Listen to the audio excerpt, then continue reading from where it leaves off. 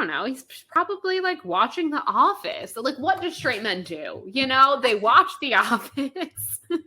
They sit in their recliners. They're great.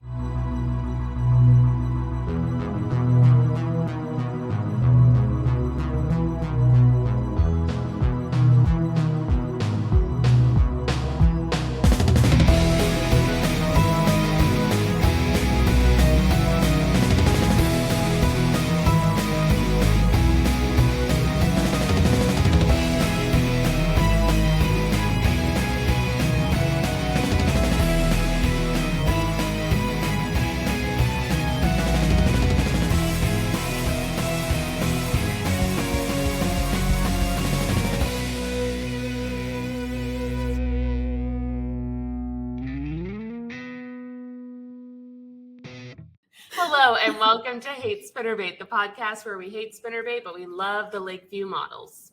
We love Lakeview models. We love a good mall fashion show, something that is super pertinent in our Lord's Year 2022, of which we are recording this podcast.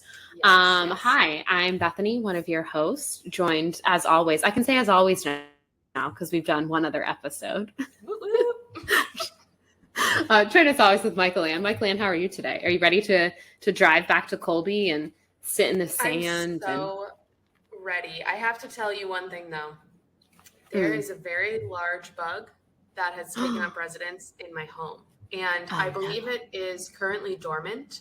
But if at any point it comes back up into, wants to fly around, I will have to move rooms. So I totally understand.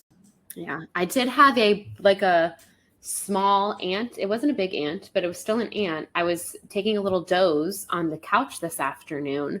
And when I woke up, I kind of felt like a twinge on my neck. And at first I just thought when you wake up and your muscles are kind of getting awake. And I realized, no, it was a little ant that was biting my neck. And I'm like, ah! I flailed. And it really freaked me out. It's dead now, I think.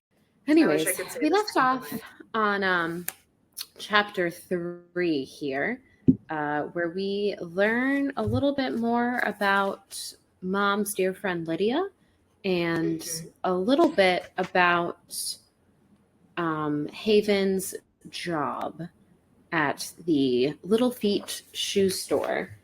There is a lot of mall talk moving forward in this novel, and that is one of the parts that does make you go, this is the 90s. Absolutely. We also meet Carol Cliffordson in this chapter, who will be very important to Ashley's storyline moving forward. Ooh, that is very true.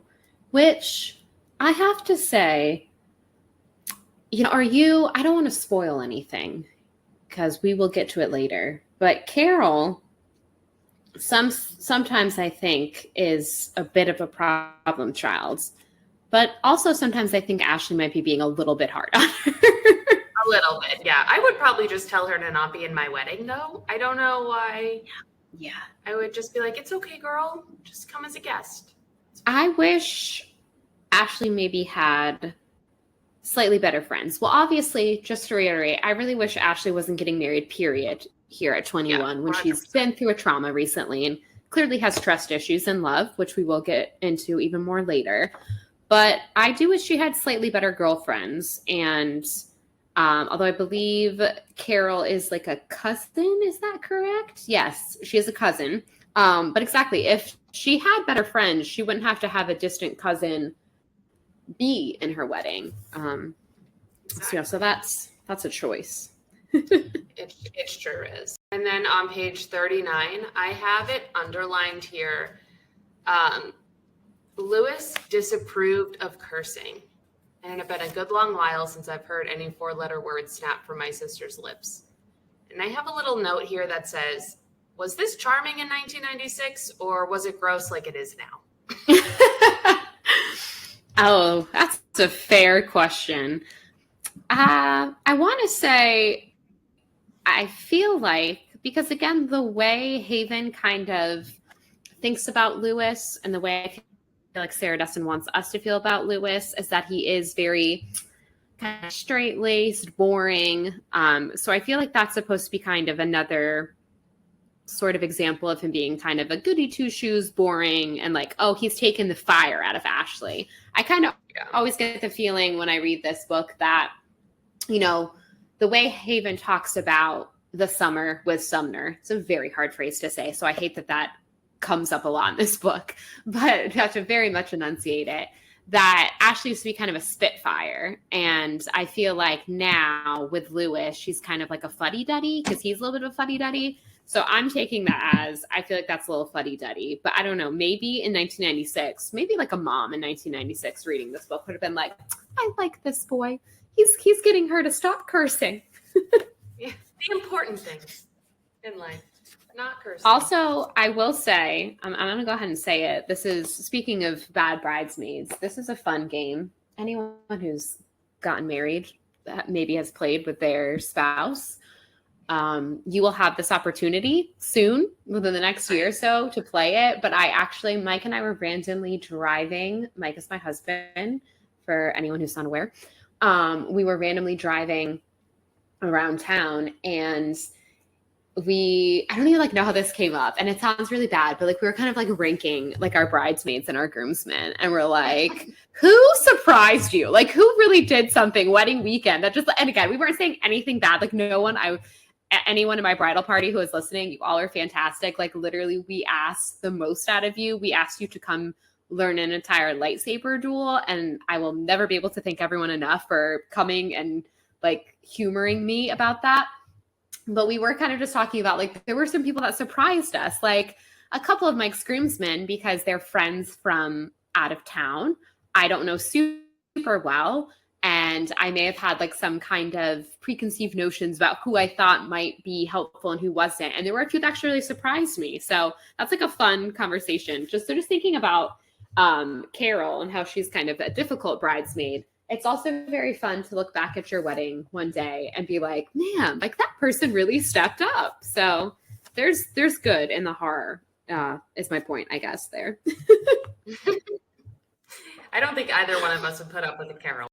Oh, definitely not. We would never. All right, getting back into chapter 3 here.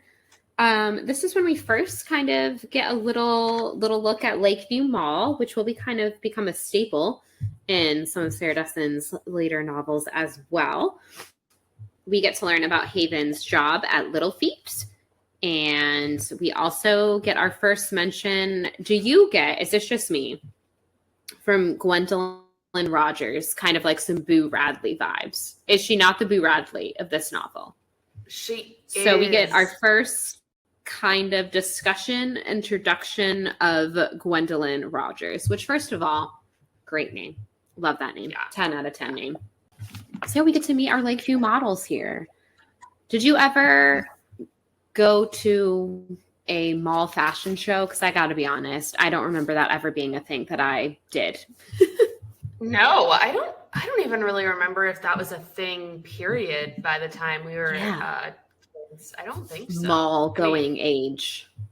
Middle school time was probably the time where malls were the biggest in my life, and I do not recall there being mall fashion shows. So either I was unaware. We did have at like the high school, we would have a prom fashion show, and they would bring in cute dresses from like the mall, but we didn't do it at the mall. Like that wasn't a thing.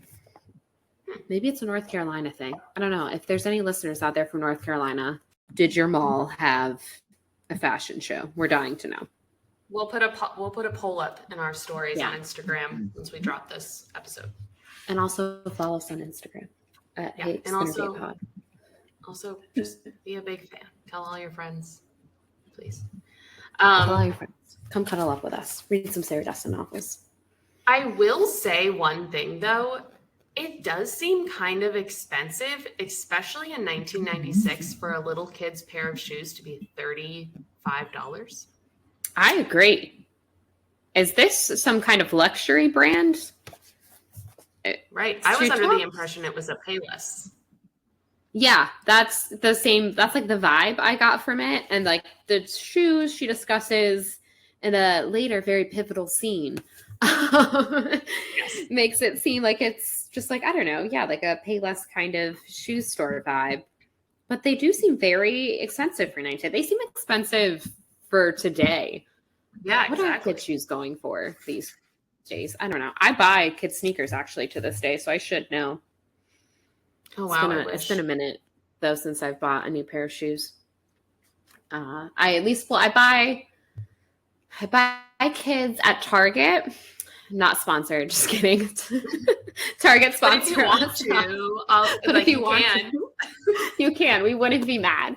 I do buy a lot of children's shoes at Target because I happen to have tiny feet and I fit in them. I have little feet.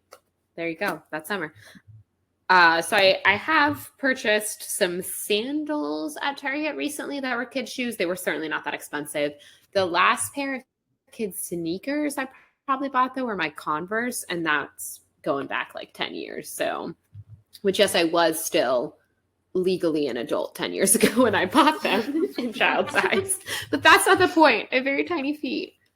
They're cheaper as well, so it's like exactly why adult Converse and kids Converse look exactly the same, and I can save a few bucks. I'm going to buy the kids Converse for sure. Yeah, absolutely. Any other thoughts? Also have and feelings. I also have a sticky note here that says, "I love that these books can bring us back to the mall."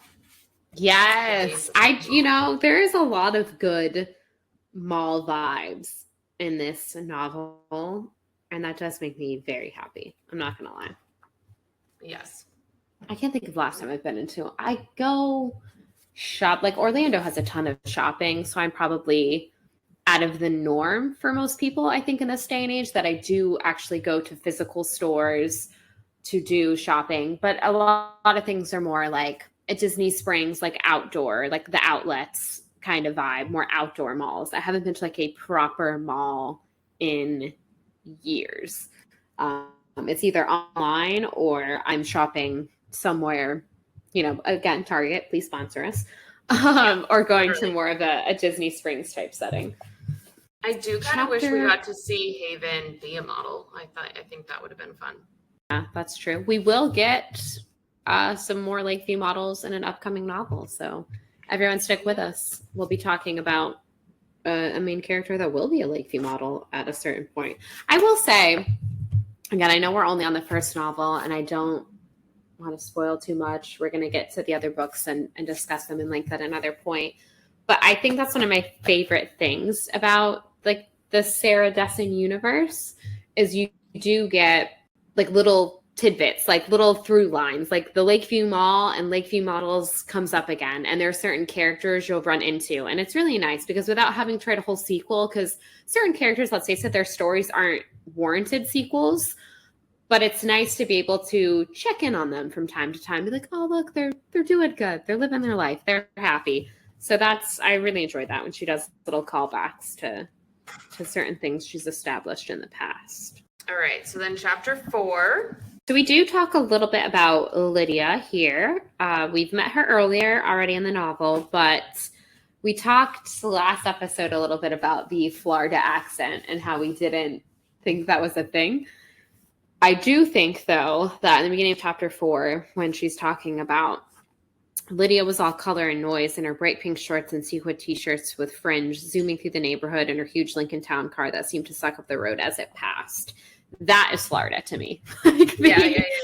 The color and the noise part, that 100% tracks. And I was kind of thinking of the ladies who wear like the Boca Raton moms, the South Florida moms who wear, like Lily Pulitzer and that kind of stuff. Obviously, I don't think Lily Pulitzer was really a big thing yet, but you already had a version of that even in 1996. Now, like Lily and that kind of stuff is the trend. Vera Bradley, but I really like these first couple pages. I like that we are talking about the mom and Lydia's relationship. And I don't know if maybe this is because I'm reading this as a 30-year-old now, but I find that just the community that Lydia, provides or is part of with Haven's mom. Does Haven's mom have a name? I was thinking the same thing.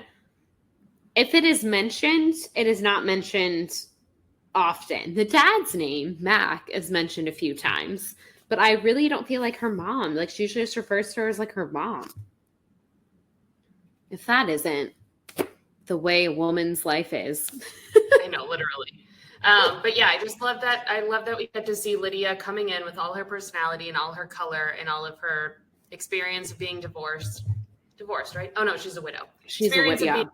Alone anyway, after a marriage has ended technically. And I love that it says within a month you could see a change, could see the change. Obviously she's making fun of her mom's clothes a little bit, but if you read between the lines there, you can see that she's finding herself again post-divorce, and she's finding this person to connect with, and they lean on each other, and it's just a really beautiful relationship that kind of sits in the background of this story. I do. I know Lydia gets made fun of a little bit, and rightfully so, but I really enjoy her, and I think that she's actually a super good influence for her mom. And I do love seeing just, women friendships.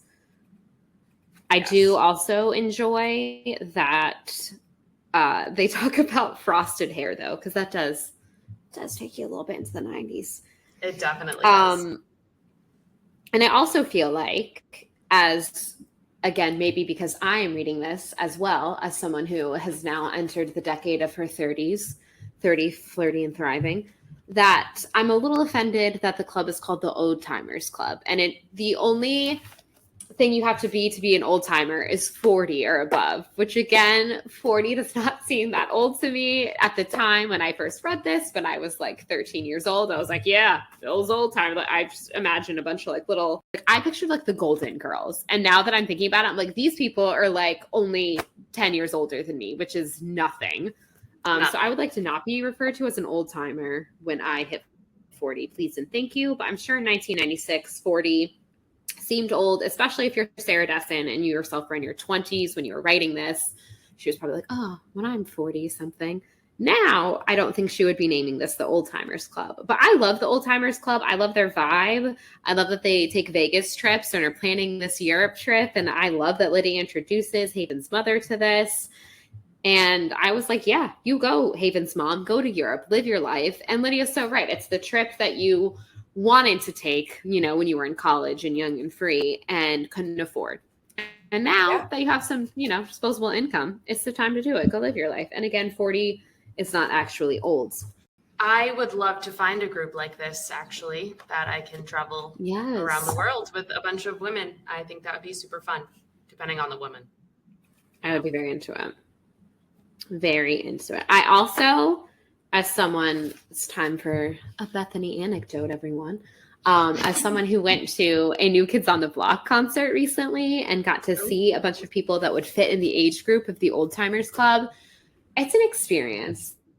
There is nothing better than a bunch of middle-aged women who, again, when they first probably were introduced to the new kids, did not have a bunch of disposable income, coming together as a community and living their best life in confetti. So when I was reading about the Old Timers Club, I just pictured all these women at this New Kids on the Block show. And I was like, honestly, it's a beautiful thing, y'all. It is a beautiful thing. I'm here for it. I'm here for a bunch of middle-aged women living their best life and being friends and going on travels together.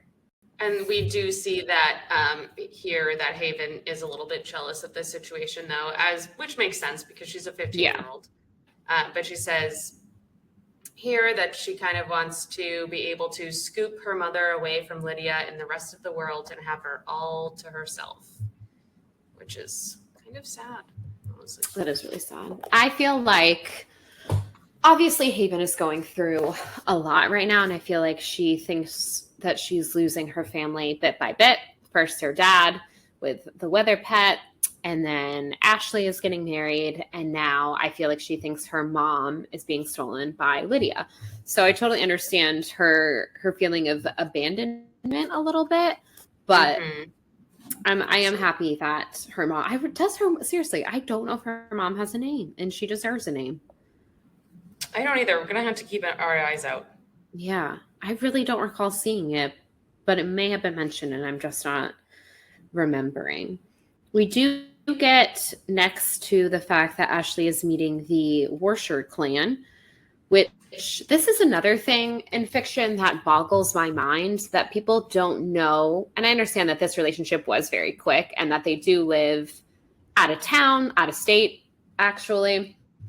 So it kind of makes sense that she wouldn't know them. But why is the meet the parents thing always happen when people are engaged? I find that very unrealistic to real life. Most people 100% know their significant other's parents when they're still in the dating stage. So again, another example, which this, I was like, well, very quick relationship to engagement. They come from out of town. It makes a little bit more sense, but I'm still just a little disgruntled by the fact that she's just meeting the family. Yes. And I love that they are kind of hoity-toity waspy, and they are from Massachusetts, which is where I am also from, and I find that hilarious. Yeah.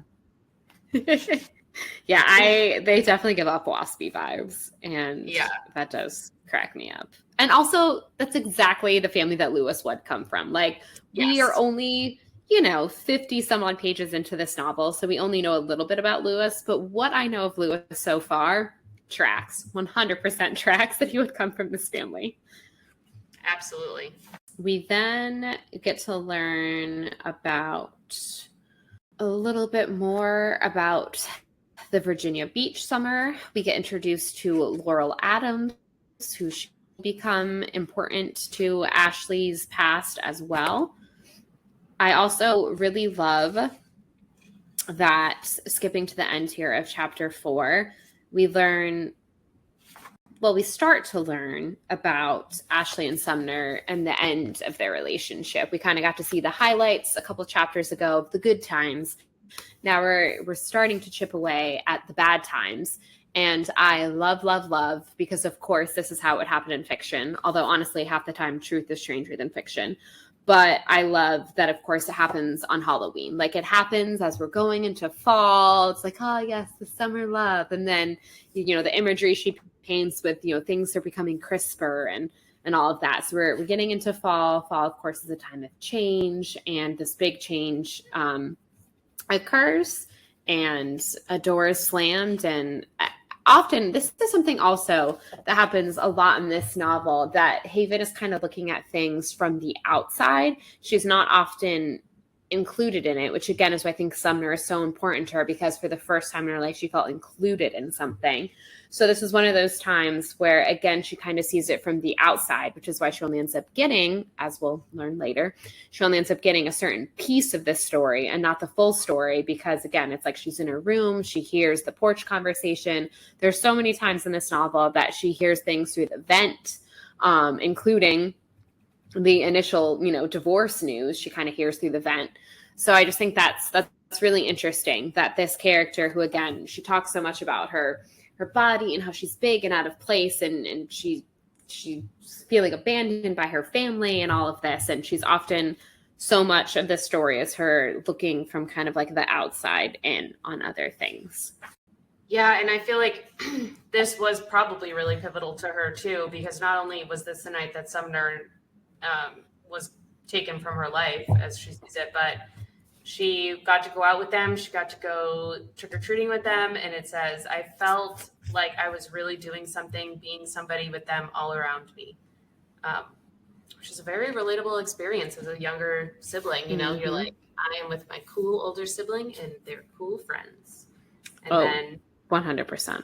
She was riding a high, and then she just feels like Ashley takes something from her. And this is kind of where the beginning of the end is coming from. Yeah, and I do think that's what makes it even more heartbreaking, is like you said, like she starts the night, she's with them, and they, and then she gets dropped off, and everything is perfect at that point in her life, or at least she perceives it to be perfect. And then, yeah, it's like, it's all Ashley's fault that she, dumps Sumner, and then Haven's back, not being included, and Ashley's not nice to her anymore, in her opinion. So it's very interesting that she would go from like the highest high to such a low. Mm-hmm. So I think we're ready to go for chapter 5. Yeah, let's dive in. Or actually, wait, before we go to chapter 5, I just want to read the last little bit of chapter 4. Mm-hmm. So by the next morning, he'd be gone from conversation, wiped from our collective memories. There would be somebody new soon, probably within the week. My sister, chameleon-like, would change her voice or hair overnight to match the mannerisms of whoever was next. Sumner, like so many before him, would drop from sight and join the ranks of the broken-hearted dismissed with a wave of my sister's impatient hand. I think she's also personalizing it because she's feeling like her family was kind of thrown away and forgotten about with this new marriage with the dad and the weather pet. And yeah. Yeah, no, 100%. I love the line that, he, by the next morning, he'd be gone from conversation, away from our collective memories. That line does always stick with me because obviously it's a little exaggerated. It's not like literally the next day, obviously everyone would be like, he never existed. But It would kind of feel like that, especially to a teenage girl, especially at the time, she's even younger. Yeah. And so it's like one day, there's this person and he's great and your family is great. And then it just seems like that, it's gone. Mm-hmm. And I think that's just like the perfect way of summing that up, that it would feel like, and the next morning we just all acted like that never happened. Yep, exactly. All right, so chapter 5. Chapter 5, we get to see some divorced father time. Everyone's favorite. Seriously, this man we're going to get in a couple of chapters to the thing that I just think is he does a couple things in the next couple of chapters I just find so irredeemable. But even in this chapter, he's just so schmarmy and I can't stand him. Same. Yeah, he's gross. And there was actually a line a couple chapters ago that I forgot to mention, but it was talking about how Haven's mom would be embarrassed and have to apologize for him all the time. And I'm like, ugh, nobody wants to be in that situation. Nobody. Nope. It's horrible. Trust straight women. Haven's mom. Okay, you don't have to marry them. You don't have to marry them. You're dating when you're 23, I promise. Trust me, y'all. It's not worth it. So here we are. We're going out to dinner with Dad. We kind of learn about how Thursdays are, Dad's special night with dinner. Usually it would be Ashley and Haven, but now, of course, that Ashley is very wrapped up in Lewis and the wedding. It's turned into more of like Haven and her dad's time, which again pretty much turns into, because he is somewhat of a local celebrity, turns into him entertaining other people more than he entertains her.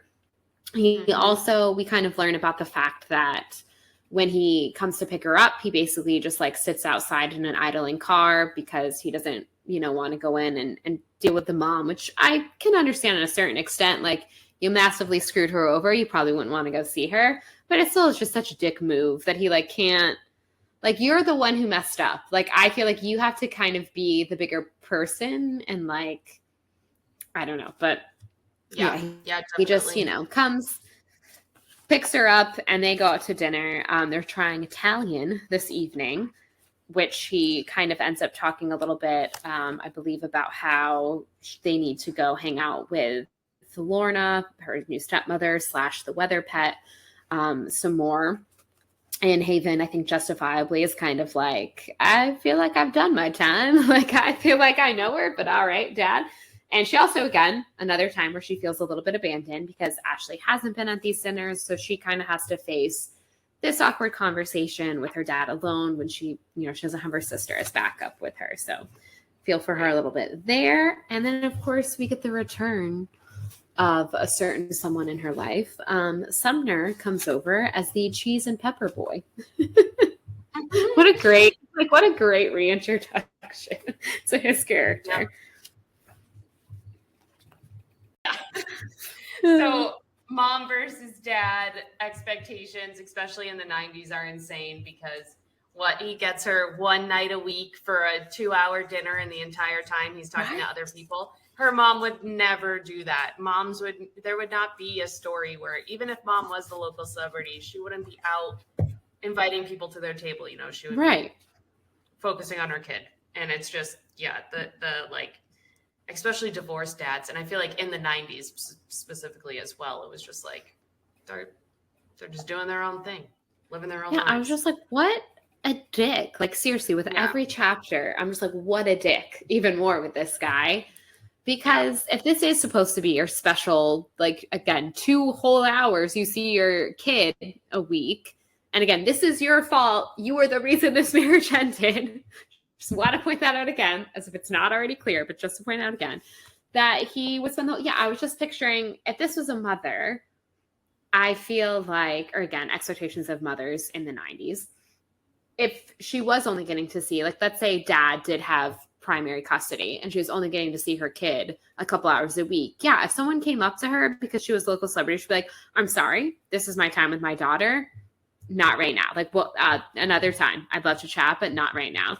And this guy's just like, come on down to the table. The price is right. We'll have a little chat about football or whatever. And ignore my poor daughter. Yeah. Like, dick. And yes, but this is the perfect time for Sumner to show back up, I feel like, because she's sitting here. She's like, I'm being ignored. This sucks. Ashley's not here. I'm all alone. And then who shows up but her Pixie Dream Boy, Manic Pixie Dream Boy, Sumner. Manic Pixie Dream Boy. He's back, which also, what a great comeback for Manic Pixie Dream Boy. That he would come back literally as like, Pepper? Like, here I am, like, mimicking, doing little Pepper twist. Oh, cheese for you, ma'am. And that, of course, she's like, doesn't recognize that it's him at first, and it's all like, oh, no, I don't need it. And he's like, you'll want some pepper. And I'm like, oh, my God, the most Manic Pixie Dream Boy to ever be a Manic Pixie Dream Boy. Absolutely, yeah. We also find out in this, now that they've reconnected, we find out in this chapter that he seems to apparently have quite the work ethic. He has a few jobs, which also, just like all these weird, eccentric jobs that he has, is also just very, like, man, he's like, I work mall security. I don't know if that's specifically stated yet, but we will learn that he works mall security, and he, like, does dancing at, like, a nursing home, essentially. Yeah. Again, and it's not explicitly stated in this chapter, but you learn that this isn't his only gig. He's on a break. He apparently goes to school up north. He's on a break from college and is thinking about, like, taking a semester off potentially to work and whatnot. It's the only time I think college is really discussed in this novel. Him being in school, because both Lewis and Ashley, well, we know Ashley what her job is. Lewis, we know what his job is, but they never discuss the fact that either of them are in school, to my recollection. What is Lewis's job? School?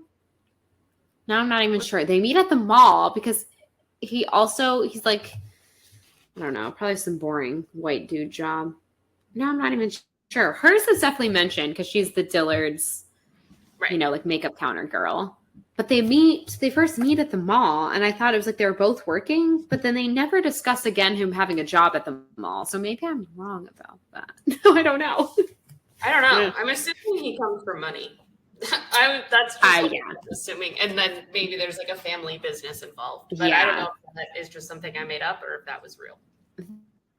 The vibe that he gives off and the vibe that his family gives off when the mother, because Ashley's mad at him about their first meeting. They talk about, it starts off with, like, the caterer or whatever, and the mom gives off major Karen vibes of, like, they're working for you, which, I mean, that is fair, but still, like, just her tone. I feel like the way it comes off makes it seem like they probably come from money, and they look at people as, like, the help and not like they are human beings. That's the vibe that I get from them anyways. I could be wrong. Maybe they're lovely people. These fictional people. Maybe they're lovely. Maybe we're being too harsh. You're being too harsh. Maybe Lewis comes from a very kind, loving family. I mean, the parents are still married. They've been married for 28 years, so it sounds like he's got a fairly nice family. And that's kind of what we get into next, is a little bit of their fight. They're in the parking, I almost said the parking lot. They're in the driveway, I believe, when Dad and Haven show back up, and she's all like, they're fighting. And that's when we kind of learn that, the first Oh yeah, here is the talk of the caterer. She said something about salmon or whatever, and she was like, if you wanted salmon, you should have pursued it. The caterer is working for you, not the other way around. Her voice was high, nasal, spiteful. She still had it in her. So, yeah, I just assumed that it was probably from money. Yeah. Man, that scene where Haven's dad asks if she needs any money is so depressing. Mm-hmm. Like, no money, just you to not talk to strangers at the restaurant. That would be real swell, Dad. Thanks. Not a big deal. We also get to see that Haven's dad doesn't even remember Sumner, which is just the first indication that, or not the first indication, but just another indication that Haven really thinks about that summer a lot more than anybody else. Yes. Yeah, it kind of, we never really get to see her talk to her mother about it, but in this chapter, she does talk about it with her dad a little bit, and she does talk about it with Ashley. And you can tell that it clearly did not have, that summer did not have the same effect or great memories of, as much for everyone else as it did for Haven. Haven definitely seems to be the one that's kind of hanging on to it the most. Mm-hmm. Mm-hmm. Any other thoughts on chapter 5 before we move on to chapter 6? I am just taking a look here at their argument, just double checking. It does kind of seem like they are judging Ashley, but I wonder if they actually are judging her and her family, or if she's just perceiving it that way. Yeah. Ashley does kind of come off as someone who is very worried about what others think. And I do think everyone is, you know, kind of their own worst critic. And you are very nervous when you are meeting your spouse's or your significant other's parent for the first time. I know I certainly was. And yeah, especially I think, again, I don't know why like the North versus South comes up so much in this podcast, but there is kind of that, you know, my family being from the quote unquote South, even though Florida is weird, it's the South, but is it the South? That's always kind of the discussion.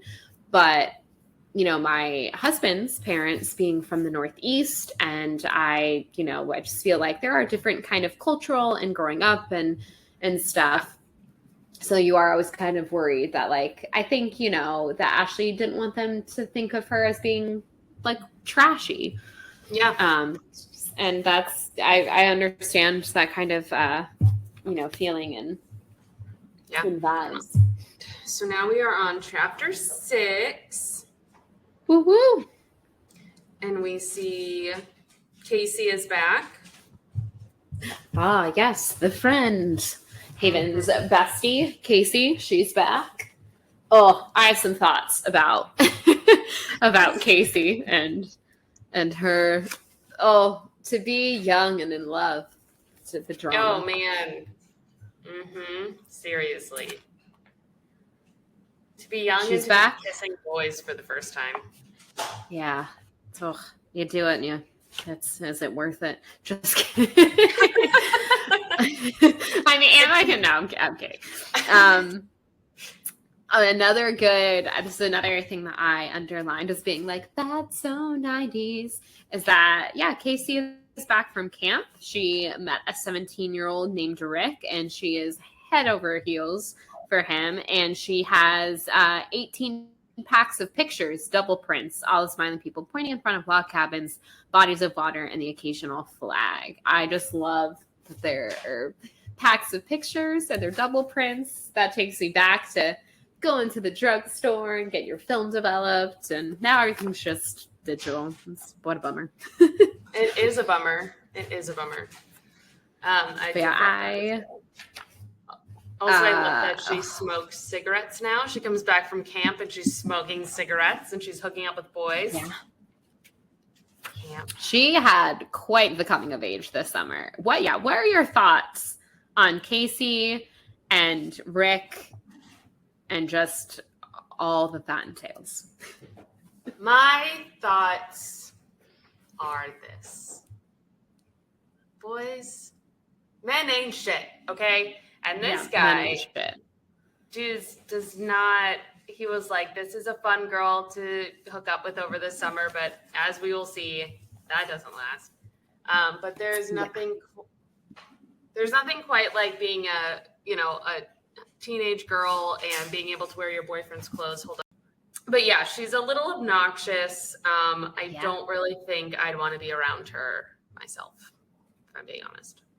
What are your thoughts? I feel like this is, I think it's a universal feeling that looking back again now as an adult woman, I can be like, oh yes, we all had that friend that was like this, but maybe not. Maybe it was just me. But I feel like it's a universal thing that, yeah, you would have that friend who like boyfriend for the first time and just became so obnoxious.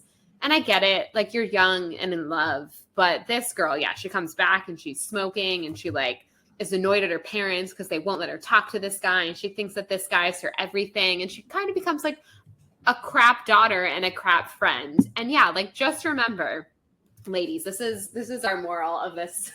We're probably like 5 more morals, but just like last time, we're like, hey, if you're an older sister, let your kid sister go with you and your boyfriend and hang out sometimes. But this is my lesson to any young females out there, not to be a Debbie Downer, but chances are your high school love, it's not going to last. It's not going to last. So like, don't be a dick to your parents and your friends about it. Like, just don't. It's not worth it.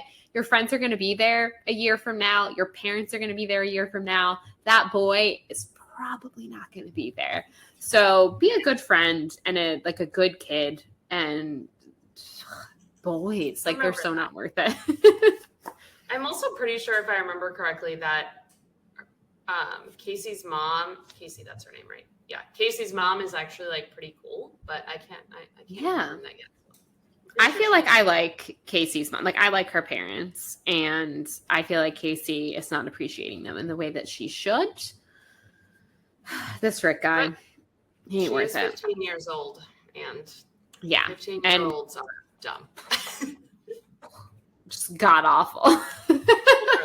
That's most of your teenage years. You're pretty god awful and pretty selfish. And I'm just going to say, I think you do have a little bit of a right to be selfish. Like, it, as god awful as we were at that age, it's also god awful being that age. And I just wanted to be known I'm sympathetic to your plight. It's not fun. And you think you're done, like, you think you're grown up and you're like done coming of age. You're like, I'm off to college now. I'm 18. I've got it. And then you're sitting in your apartment crying while eating Easy Mac. What? Did that? No, just me. You realize that you are not grown up and you ain't shit. And you have like 12 more coming of ages in your 20s before you finally actually are like, yes, this is life. Look forward to it, everyone. If you're 15 out there and you're listening, first of all, go listen to Taylor Swift's 15 on repeat, because it'll really help you be in your feelings about it, about how hard it is to be a teenage girl. And then just to be a downer, you got a lot more hard years coming, but it's going to be okay. It doesn't necessarily get better. It does in some aspects. It does in so many aspects. Boys aren't going to get good until you're like 26, 27. Yeah, it's true. Sorry to burst your bubble. Which again is why I will reiterate, surround yourself with some really good girlfriends, and they will be there for you when boys are being really dumb. Yep. Yeah. That's it. Absolutely. That's my piece on that. Well, I was going to say, like, I definitely had some of this in my youth. Like, I definitely thought that my high school love of my life was the most important person to me in the entire world. And I thought that until I was like 20, the same guy. So, like, you know, we've all done this. I get it, Casey. We've all done it. We've all dealt with that friend where you're like, girl, he ain't worth this. Like, you're being so extra about this. But we also have all been that friend that all of our friends were probably like, girl, he ain't worth this. You're being so extra. This isn't going to last. Like, calm down. Just calm down. And now I'm the person who I love, this is like going to sound terrible, because I love talking about my husband when I want to, like when I bring him up, when I have something to share. But I hate when people like ask me about him, because I'm like, am I not my own person? Yeah, which probably makes me sound like such a bitch. To talk about this when me and you worked together, I think, because we also worked with our our partners, and Yep. people would always be like, "Oh, where's Mike? Where's Andrew?" And we'd be like, "I don't know. I don't know. Am I his keeper? Trackers on these men?" Like, Drives me up a wall to this together. day. I'm not following him around, but yeah. Yeah. I'm not like a stalker. Like, love the man, but I'm like, I don't know. He's probably like watching The Office. So, like, what do straight men do? You know, they watch The Office. They sit in their recliners. They're great, but like that's pretty much. That's good. So people be like, what does that have to do with that summer? Nothing, really. We'll find, yeah, because Sumner, let me tell you, is a Manic Pixie Dream Boy, and he is not an accurate representation of a 21-year-old boy. No, definitely not. Again, I also think when you are 15, like I have to remember that this book is written from the perspective of a 15-year-old girl. But when you are 15, 21 seems so old and so cool. And I remember at one point Sumner's like, oh yeah, like I'm old now or whatever, because they're like talking about something in the past. And I'm like, bitch, no, you're not. Like, you're 21. And Haven, of course, thinks like, oh yeah, like he's so cool, but he's not. He's not. We do learn a little bit about Boo Radley, the Boo Radley of this novel. Get back to Gwendolyn Rogers and how she's had a nervous breakdown and she's back in town. Just to recap, Gwendolyn Rogers, former Lakeview model, hit it big. She was out there on the cover of Cosmo, living her best life. And now she's back in, little Lakeview, apparently roaming around the streets. Like having a full-on mental breakdown, which, you know what, girl? Same. Respect. I literally, there's a stray cat that lives in my neighborhood. And yesterday I was just sitting on the ground, 96 degrees outside, sitting on the ground, hand feeding this stray cat pieces of meat. And I was like, something's wrong here. But yeah, I think it is very disturbing, so disturbing and disgusting that she found her boyfriend in bed with a 16-year-old girl. Yeah. There's so many men doing really creepy, like pervy things in this novel, like her dad, the Gwendolyn's boyfriend. And like, yeah, okay, no. So this must be like, this is gross because she does explicitly say a 16-year-old girl, which makes me think like, no, everyone is like, wait, this guy is pulling a Jeffrey Epstein or a Prince Andrew. The list continues. The list goes on and on. Sadly. Yeah, extremely. But I mean, if I found what I thought was going to be my husband in bed with a child, I would also have a breakdown, I think. Yes. For sure. 100%. I also, and again, this is maybe a little 90s. I also like that Casey has to throw in like, and a man, like there's clearly some kind of threesome happening. But I like that when I read it, like that and a man almost seems more shocking, which shouldn't remotely be the shocking part of that statement. It's the 16-year-old girl. But it's 1996. We only had that one character on My So-Called Life at this point that was out on TV. I don't even know. Actually, that might be later in the 90s. I'm confusing my 90s. So at the time, something like, sleeping with a man sleeping with a man would have been maybe a little bit more scandalous than it is now. But I was like, oh, that's the part, Casey, that you're concerned about? Because that part is not weird. It's the fact that he's a pervert and he was with a 16-year-old girl. But, that's just me, maybe. Full-blown pedophile. Doesn't matter that he's gay. Full-blown. Or bi or whatever he's doing. We don't know how her creepy pedophile boyfriend identifies.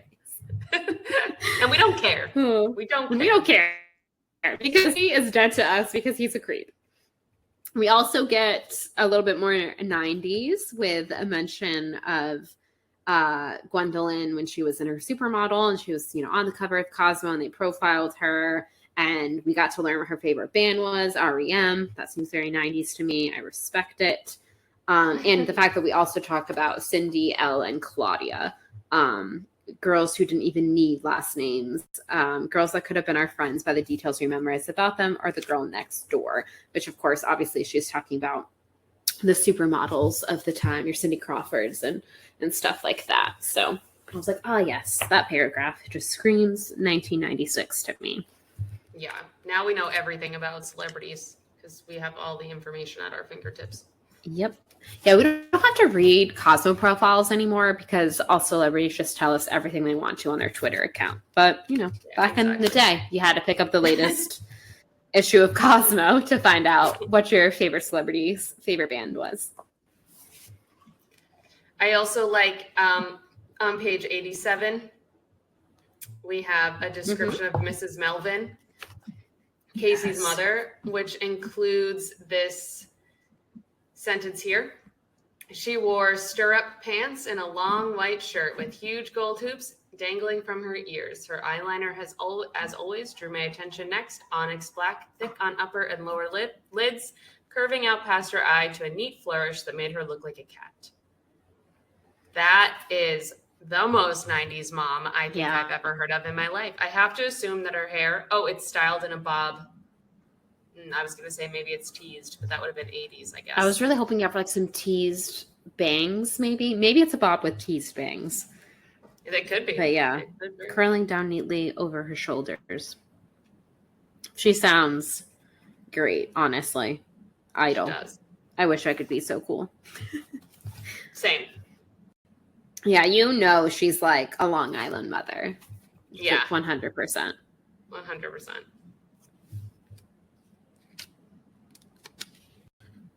We are now back in the mall, where we again meet up with Sumner.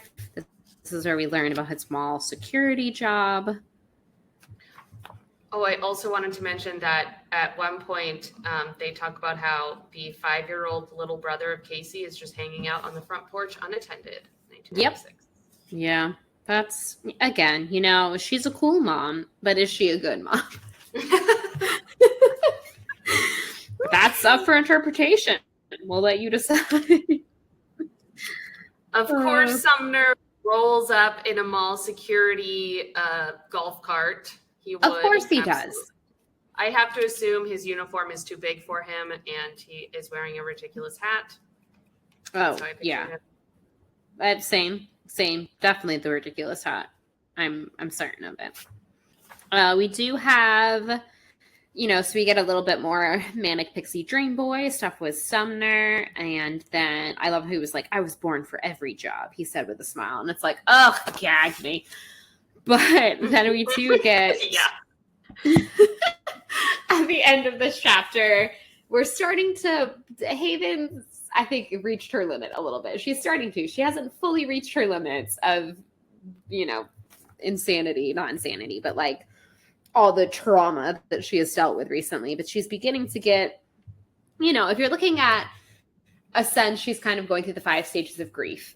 She's grieving her family in this novel. And I think we are definitely about to hit the anger portion soon. Yes. So we kind of get at the end of this chapter. I just want to touch on this a little bit. I had this sudden crazy urge to stand on the seat and rip every one of them down as we passed. I could almost feel my fingertips on the sheer fabric, smooth and giving as I yanked them from their bases. Speeding through the Lakeview Mall, dismantling as I went. I glanced at Sumner, thinking of how much had changed, with the visions of those tumbling banners still in my head.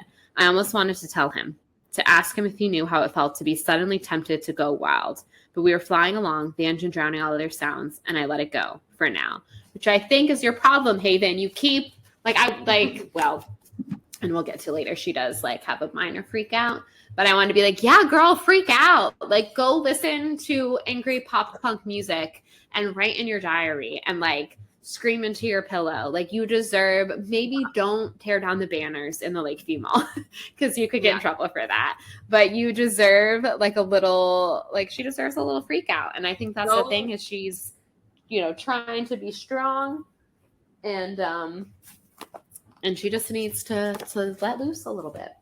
Yeah, absolutely. She just needs to go slam her door and tell her sister to eat rocks.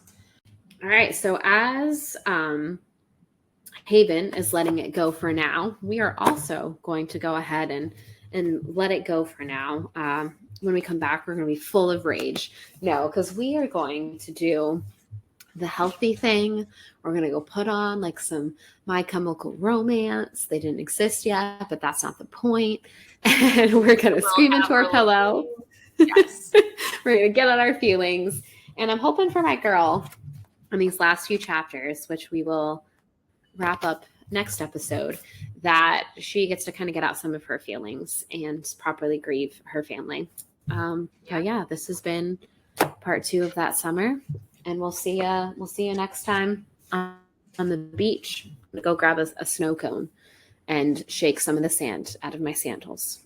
We'll see you then. Follow us on our Instagram, same handle, Hate Spinnerbait Pod. And that's episode 2. Yeah. Thanks so much, everyone. Thank you for listening.